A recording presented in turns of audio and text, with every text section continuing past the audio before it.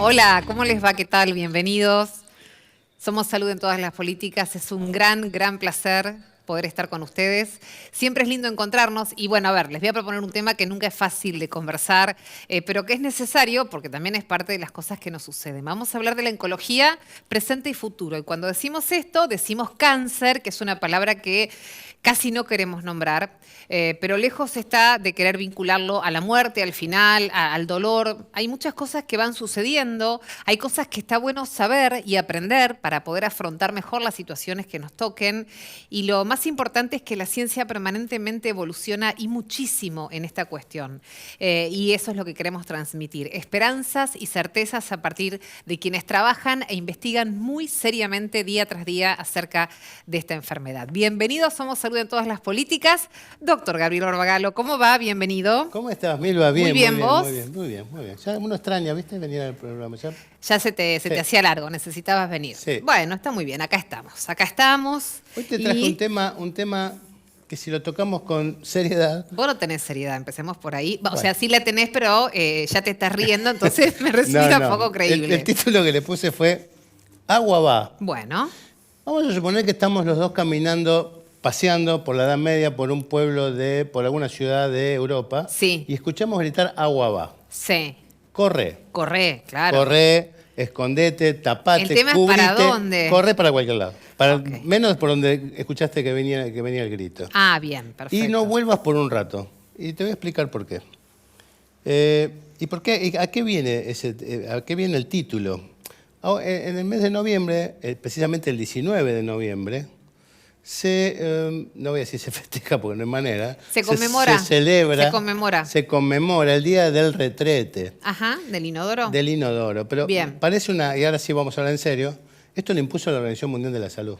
Y tiene que ver con el saneamiento, claro. Y especialmente el saneamiento ambiental. Mira, fue un cambio epidemiológico, totalmente. Claramente, claro. Hagamos un poquito de historia. En la Edad Antigua, los seres humanos hacían sus necesidades, tanto número 1 como número 2, sí. en baños públicos, en compañía. Era casi una tertulia. No existía ese pudor que aparece realmente después de la Edad Media. Perdón, eso era en la Edad Antigua. Sí. Que aparece en la Edad Media con la irrupción del cristianismo, que lo hace... aparece la moral del desnudo y de los actos privados. Existían en las viejas civilizaciones, la romana, las egipcias, las persas, estos baños públicos, ellos eran maestros de lo que eran los hidráulicos, las construcciones hidráulicas, y después todos sus desechos se juntaban, seguramente algún esclavo hacía eso, y los llevaba a la cloaca máxima donde se acumulaba todos esos desperdicios.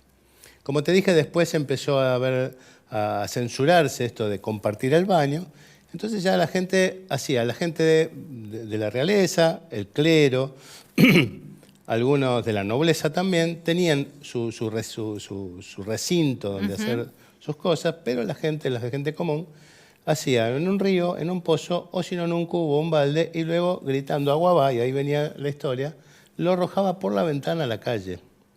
Qué increíble, claro, ¿no? No lo podés entender porque la contaminación, la infección, el olor, lo desagradable, y más de uno tiene que haber reaccionado tarde al grito de agua. Sí, yo creo que estaban acostumbrados, ¿viste? Es como cuando vas salvando las distancias, cuando estás en Ámsterdam, escuchás el ruido de un timbre de una bicicleta, tenés que salir corriendo porque te pasan por encima.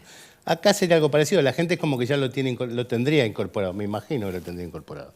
¿Hasta cuándo? Hasta que un señor llamado John Harrington en 1597 crea el primer retrete, el primer inodoro, que lo instala en los aposentos de la reina Isabel I, pero se olvidó hacer un sistema de limpieza, con lo cual fracasó. Y fracasó por 200 años hasta que un tal señor John Cummings crea el primer retrete, el primer water closet, que es el lugar donde uno puede eliminar sus desechos y además autolimpiarse por un sistema de válvulas. Y en 1890 ya toda la gente en Europa tenía su propio baño. Esa es la historia del inodoro y el retrete. Ahora, ¿cómo estamos hoy? Bueno, bastante mal. Fíjate que se anunció que la humanidad llegó a los 8.000 millones de habitantes. 4.200 millones no tienen instalaciones sanitarias básicas. ¿La mitad? Un poquito más, te diría, del mundo. Y algo peor, 673 millones de personas, dice la OMS, y la Organización Mundial y la ONU en su página, 673 millones de personas, que más o menos, para tener una idea, es la cantidad de habitantes que tiene toda Latinoamérica. Exacto. Hace sus necesidades al aire libre, en la calle, en la vía pública, en el campo. O sea, no lo hace en una instalación sanitaria. 673 millones de personas. ¿Hay una solución posible? Sí, hay una solución posible. Aparentemente ya hay estudios hechos para que de los desechos humanos, y esto sí lo están impulsando las organizaciones multinacionales, de que de los desechos humanos se pueda lograr biogás que tiene la misma eficiencia energética que muchos de los combustibles, sí, y también residuos sólidos similar al carbón. Si los 673 millones de personas pudieran de manera sustentable obtener y con tecnologías innovadoras todo eso que emiten anualmente, podrían alimentar de electricidad a 180 millones de hogares. Fíjate lo que la humanidad se está perdiendo por no estar organizada, por no hacer las cosas como corresponde y por no estar pensando un poco más en las necesidades de la gente. ¿Cómo está la Argentina? El 88% de la población urbana tiene agua potable y el 63% tiene cloacas. Bien. Bien respecto de la media. Pero, como toda estadística tiene su trampa, en los barrios populares solamente el 2% tiene cloaca y solamente el 11% es acceso al agua potable. A veces hay una canilla solamente y es pública. Eso se llama inequidad. Claro. O sea, mucha gente tiene todo y un grupo importante de gente no tiene casi nada. Por eso, ahora que ya estamos por empezar un año electoral, vamos a pedirle a todos los políticos, tanto del oficialismo como de la oposición, que el Estado, y no hablo de los gobiernos, sino del Estado, de una vez por todas se ponga del lado de la gente y empiece a gobernar, y pensando, ya que empezamos con los romanos, como decían los romanos, el res non verba, por favor, no tantas palabras y un poquito más de hechos, y empezar a pensar a la gente que con un poquito de organización y con algo de política, pensando como objetivo en la gente, le podemos solucionar muchos de los problemas. Porque está demostrado que la falta de cloaca es uno de los grandes causales de los problemas sanitarios que tiene la humanidad. Así que dejémonos de bromar un poquito y pongamos el foco en eso. Me sumo a la columna del doctor con esta idea, ¿no? Nuestro programa se llama Salud en todas las políticas. Cloacas, agua potable, luz eléctrica, asfalto, son algunas de las cuestiones fundamentales, esenciales, de las cuales se parte para pensar en una salud en todas las políticas, de infraestructura. Después, obviamente, centros de salud, escuelas, vamos subiendo, pero eso es lo básico. Es inaceptable que en un país donde tenemos este porcentaje de gente que todavía no tiene ni cloacas, ni agua potable, ni luz, ni gas, nuestros políticos que gobiernan y que son oposición solamente se ocupen de pensar en la próxima elección. No hay ningún tema más importante hasta que esto sea superado, hasta que todos los argentinos, vivamos donde vivamos, tengamos acceso a lo mínimo e indispensable para cuidar nuestra salud y para tener una vida digna. Porque eso también trae más seguridad, trae más trabajo, trae mejoras. Alumbrado público, me estaba olvidando, fundamental, luz eléctrica en estos tiempos. Gas, bueno, podríamos seguir, ¿no? Pero estamos hablando de cloacas, básico, porque eso también es directamente a lo que compromete a la salud. Así que hasta que no resuelvan eso y Argentina no cumpla con todas esas condiciones, nos cuesta entender qué otra prioridad tienen. Pausa y ya venimos. Somos Salud en todas las políticas.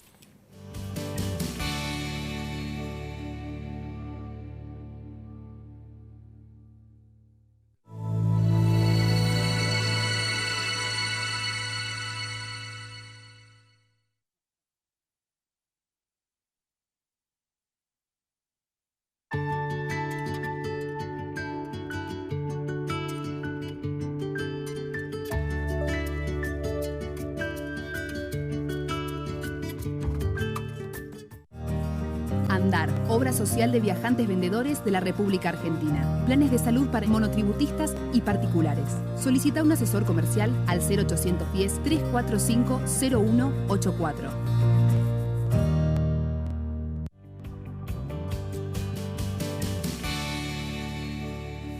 Bueno, les habíamos anticipado oncología, presente y futuro, no te vayas, no cambies de canal. Es cáncer, pero no le tengamos miedo. Hay cosas muy interesantes para aprender, sobre todo para desmitificar esa palabra que hasta nos cuesta pronunciar. Te digo esto porque estamos con el doctor, me voy a poner los lentes para que lo puedan mencionar bien, el doctor Gustavo Yankelevich, que es jefe de oncología del Hospital Carlos Durán. Bienvenido, doctor. Gracias por estar con nosotros. Placer enorme.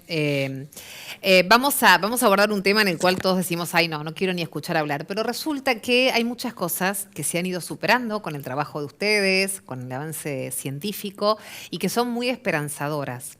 Hay cosas que tienen que ver con la prevención, hay cosas que tienen que ver con el tratamiento y muchas veces la cura, ¿no? Pero cáncer no es una sola palabra para definir todo, me parece, ¿no? Tal cual. Bueno, cuando nosotros hablamos de cáncer, hablamos de una enfermedad que es multifactorial. Esto significa que si bien el daño primario es a nivel de nuestro material genético, que está en el núcleo de todas las células, eso se debe a una multiplicidad de factores.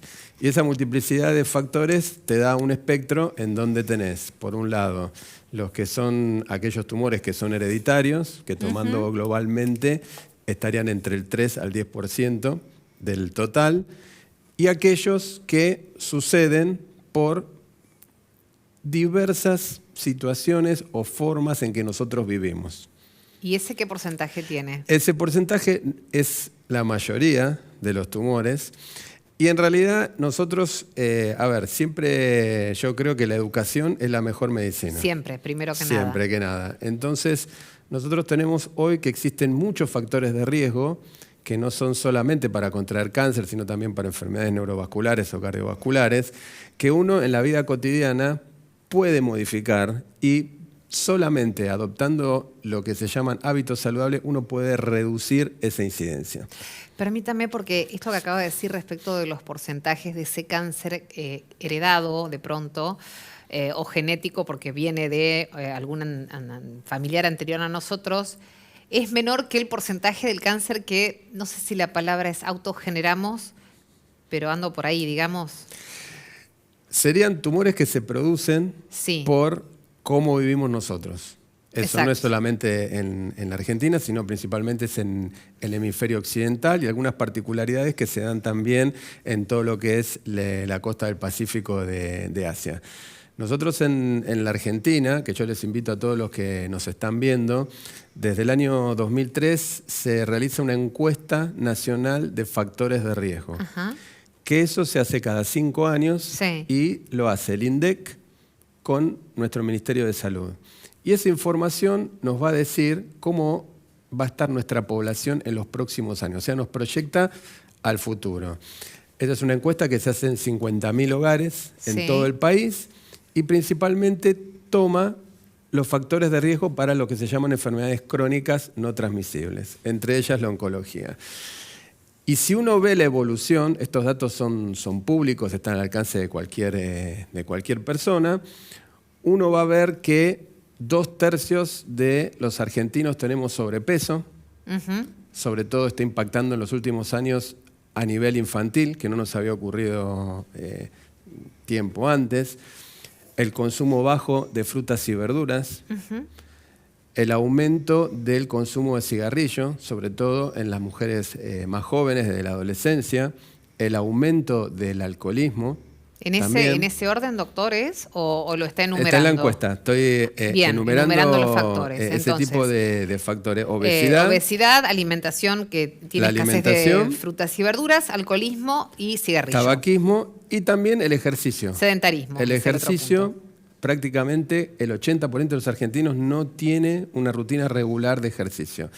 Eso significa que nosotros en 10, 20 años, si nosotros no educamos, porque esto aquí no se trata ni de grandes presupuestos, sino que es educar y prevenir, nosotros vamos a tener una población adulta que en unos años va a tener diabetes, enfermedades cardiovasculares, neurovasculares y cáncer. Claro. Entonces es muy importante tenerlo en cuenta, sobre todo que esto se ha acelerado durante la pandemia. Claro, porque comimos más, nos movimos menos, nos afectamos mucho anímicamente. Ese es otro punto, supongo también, doctor. ¿Cuánto influye el estado anímico o el nivel de estrés, además de los puntos? Es una muy buena pregunta, muy buena pregunta. No hay estudios poblacionales que hagan el linkeo. Si bien hay estudios pequeños de sí y no, lo que pasa es que esos cambios en el humor llevan a adoptar conductas que indirectamente van a facilitar el desarrollo de enfermedades, pero no directamente. Entiendo. No directamente. Sí, no, eso está claro.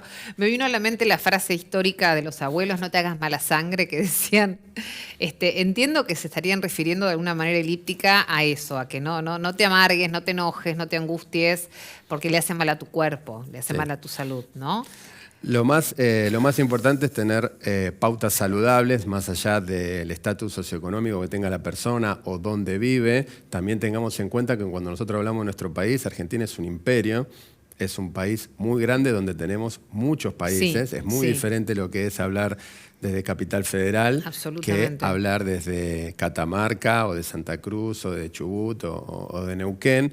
Pero, al igual que sucede en todo el mundo, tener una dieta saludable, tener ejercicio regular, el consumo de ciertas sustancias no en forma muy importante, sin que se haga un hábito ese consumo, sino uno puede brindar. Esto no significa que uno no tenga que tomar alcohol, para nada. Pero todo eso te va llevando hacia mayor probabilidad de desarrollar un tumor. Claro. Y en el medio de eso tenemos lo que son las enfermedades tumorales que se producen por exposición a tóxicos, que eso puede ser exposición en radiación, exposición a ciertas sustancias químicas o a radiaciones, que no está mensurado en la Argentina eso.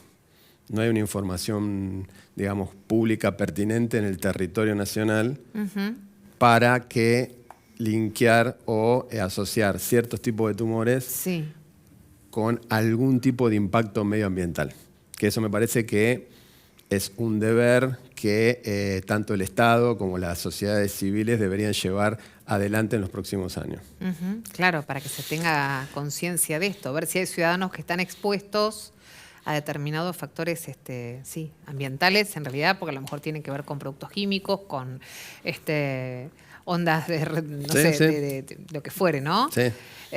Doctor, ¿hay algún estudio o algún control que nos permita saber que estamos bien, que no tenemos digamos, cáncer, más allá de que a veces se diagnostica cuando ya está el síntoma muy manifiesto y lamentablemente el tumor avanzado? Sí.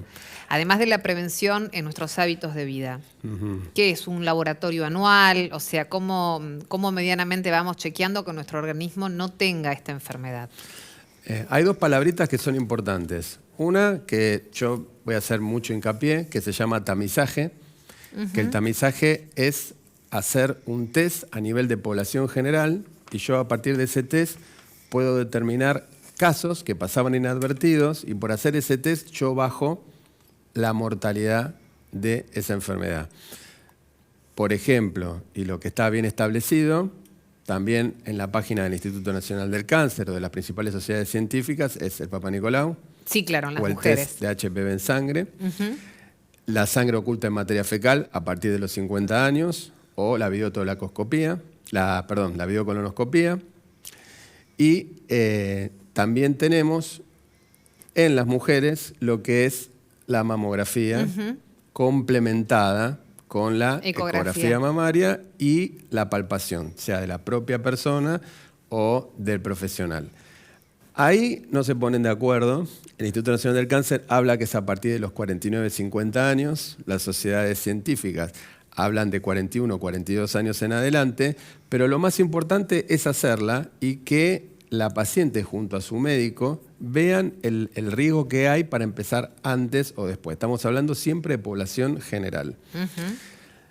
Después entra un tema un poco más controvertido que es la detección temprana. ¿Qué significa? Yo detecto algo cuando es chiquito y puedo hacer un tratamiento, pero eso no está demostrado que baje la mortalidad al fin, pero sí impacta en la calidad de vida de la persona. Son dos cosas diferentes. Perfecto. El paradigma de esto, que hay cada vez más literatura, es el PSA en los hombres, la detección temprana del tumor de próstata, que el PSA, de vuelta, tiene que ser complementado con el tacto rectal que hace el urólogo. No sirve el PSA solo. ¿Aunque de bien, doctor? Lo que pasa es que hay entre un 15 a un 25% de los tumores de próstata que tienen PSA normal, en realidad son detectables al dedo del urólogo. Ah, perfecto. Entonces, un método complementa al otro. Ese es un método de detección temprana. Otro método de detección temprana es en la gente que es descendiente de europeos y vive en la zona de los trópicos. Está expuesto a radiaciones ultravioletas muy, muy altos, por ejemplo, en Misiones, en Chaco, en Salta, y aún en gente que es pelirroja y de ojos claros, que no se protege del sol, en donde tiene que tener su consulta para hacerse el mapa de la piel todos los años, buscando que no haya algún lunarcito que haya cambiado los bordes o el color o el tamaño. Entonces, eso se llama detección temprana. Pero lo que está demostrado que disminuye la mortalidad y que en realidad deberíamos hacerlos todos son el Papa Nicolau, la mamografía y la sangre oculta en materia fecal o la colonoscopia. En Argentina, en los últimos años, se ha instaurado el hacer el Papa Nicolau y la mamografía.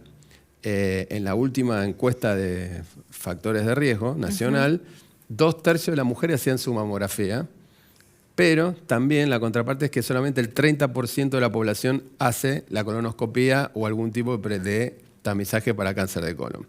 ¿Y eso está indicado a partir de qué edad, doctor? El cáncer de colon, desde el tamizaje para cáncer de colon a partir de los 50 años. La mamografía. No, eso sí, en las mujeres sí, me quedé con el tema del cáncer de colon. Las mujeres en general sí tenemos, me parece, más conciencia que los varones. Posiblemente porque desde mucho más chicas comenzamos ya a tener una relación con nuestro médico, médica, ginecólogo, y empezamos a hacer esos estudios de adolescentes prácticamente, el Papa Nicolau y demás. El varón a los 50 años da un rato de vueltas hasta que se decide y va, digamos. Es así, usted lo puede confirmar en primera persona, ¿no? Claro, estamos más acostumbradas. Absolutamente. La mujer... Con lo que digo hay que todavía concientizar más. La mujer es la que ordena a la familia y muchas veces la mujer viene sola cuando hace las consultas de prevención y el hombre o viene acompañado o necesita un amigo que lo acompañe a hacer. Esto no quiero generalizar para que no quedemos mal, pero bueno, sé que es usual. Digo, sería importante una campaña, porque para las mujeres hay muchas campañas de concientización, hay, digamos, determinadas organizaciones que hasta llegan a los lugares con los colectivos, ¿no? Con los micros, con los ecógrafos, con los mamógrafos. Hay como una campaña muy fuerte con las mujeres. Haría falta hacerlo también con los varones, me parece, desde lo público me refiero, ¿no? Desde el Estado. Sí, es fundamental que, cualquier saber científico, si uno no lo implementa, queda en obsoleto o queda como algo, digamos, que está bien. Pero en realidad, de vuelta, la adquisición de ciertos hábitos, así como nosotros ahora entramos en el Mundial y vemos a nuestros jugadores de fútbol cómo entrenan, cómo se alimentan, la disciplina que tienen. Cada uno de nosotros sabe lo que nos hace bien y lo que nos hace mal. Y dentro de eso, qué tenemos que cumplir y qué no. Es parecido a la BTV del auto. Nosotros tenemos que tener una BTV también para nosotros, para cuidarnos. Es cierto. Y con los chicos el tema de la alimentación me parece fundamental. Nosotros hablamos reiteradamente de eso. Tuvimos en una época chicos desnutridos. Hoy creemos que tenemos chicos mal nutridos porque están con tendencia a la obesidad, ¿no? O sea, finalmente están mal alimentados. De un extremo o al otro, la salud se afecta igual en los chicos, que es donde están formando su cuerpito, digamos, y prácticamente el funcionamiento de todos sus órganos, ¿no? Qué importante insistir con la buena alimentación en ellos. Sí. Es muy importante también considerar de que el ejercicio, la gimnasia, el deporte, en los más chicos, unidos a una buena alimentación, uno le está agregando años de vida en el futuro. Esto obviamente no va con nuevas pautas de convivencia, por todo lo que nosotros llamamos la tecnología de las tablets, de los celulares o de los mecanismos audiovisuales que uno puede tener virtuales o físicos, pero siempre tiene que complementarse con una dieta lo más saludable que uno pueda y por otra parte por tener esos espacios que son fundamentales para el desarrollo futuro, que es la gimnasia y el ejercicio. Muchas veces no es practicar un deporte y ser federado en vóley, en hockey o en fútbol, sino solamente conjugar físicamente, bueno, eso da la pauta. En nuestro país hay cifras que son alarmantes de obesidad infantil, que antes uno miraba otro tipo de países que la tenían y que nunca nos llegaba a nosotros, que bueno, nosotros en los últimos 7, 8 años estamos en un ascenso sostenido en todos los chicos, sobre todo a partir de lo que son los 7, 8 años. Es cierto. Fíjense, y con eso estamos cerrando ya, que el doctor nos habló de prevención. No nos habló ni de medicamentos, ni de drogas, ni de tratamientos oncológicos. Básicamente hizo pie en la prevención, hizo hincapié en esto, ¿no? Y eso sí depende de nosotros. Prevención, que significa modo de vida y estudios y controles en tiempo y en forma. Gracias, doctor, por haber venido. De verdad, muchísimas gracias. Un placer. Igualmente. Gracias por acompañarnos. Somos Salud en todas las políticas y nos encontramos la próxima semana.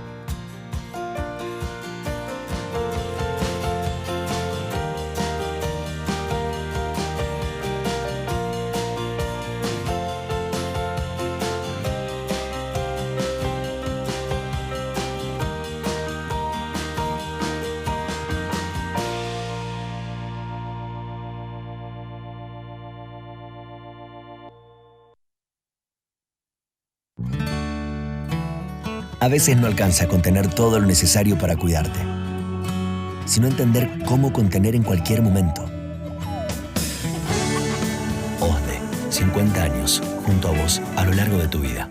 En Ciensa desarrollamos soluciones estratégicas que anticipan el rumbo de nuestro sector. Los tratamientos en terapias especiales cambian, los pacientes también.